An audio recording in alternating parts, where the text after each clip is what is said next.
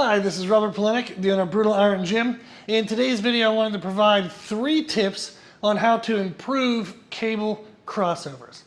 So I like to do cable crossovers, some type of chest fly, before I do any presses if my goal is chest growth. The idea is that I'm pre-exhausting my chest, so that way when I go into pressing movements, my chest is the weakest muscle. It'll die first, fatigue first in that movement, and therefore it gets the greatest amount of stimulus. If my chest is fresh, maybe my triceps will die first, or my stability in my shoulders might fatigue first. So you want to ensure that the chest is the first thing that fatigues to get the maximum result of chest growth out of your presses.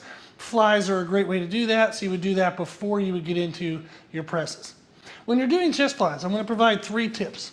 So I have mine set up here on the Sorinex Apex rack, which is a squat rack in the middle, then it has the cable stations on the outside.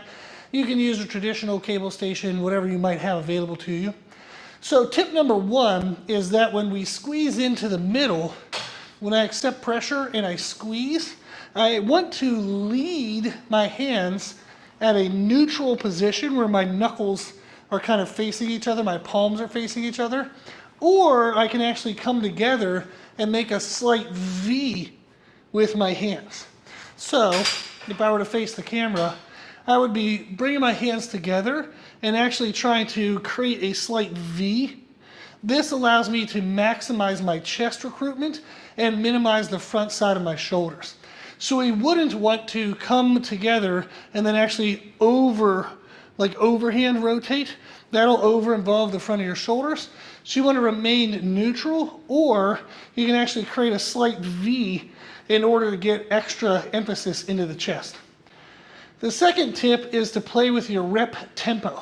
So when we think of a repetition, we have the full stretched position, so under weight load, so I'd step out, the muscles are underweight. I have the concentric, which is the contraction. I have the peak contraction, and then I have the eccentric, the extension phase. So full extension, concentric, peak contraction here, then the eccentric.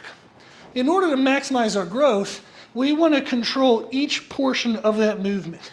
So in the full extension, I want to pause. I want to think of flexing my chest and then holding that contraction, and then slowly controlling the eccentric.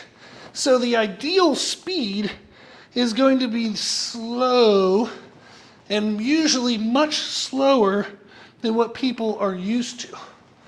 So we don't want to move really fast. We want to go nice and slow and remain under tension the entire time. Don't let momentum get involved. The third tip is you can play with where in your chest you are focusing on by changing the depth that you move away from the pulleys. So if I have the pulley set up and I step really far away, I am maximally loaded in this stretched position. So I'm going to emphasize mostly the outside portion of my chest. Whereas if I step back and I start more in between the cables, there's going to be less tension at the extension, and as I come inward, I'm actually going to start to feel more tension there. So that'll allow me to actually emphasize the inner portion of my chest.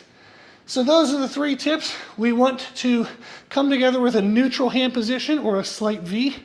We want to control the reps in all portions, make sure there's no momentum, and then we can change where in the chest we work by stepping further away or closer to the cable pulleys. So give those tips a try. I hope they help.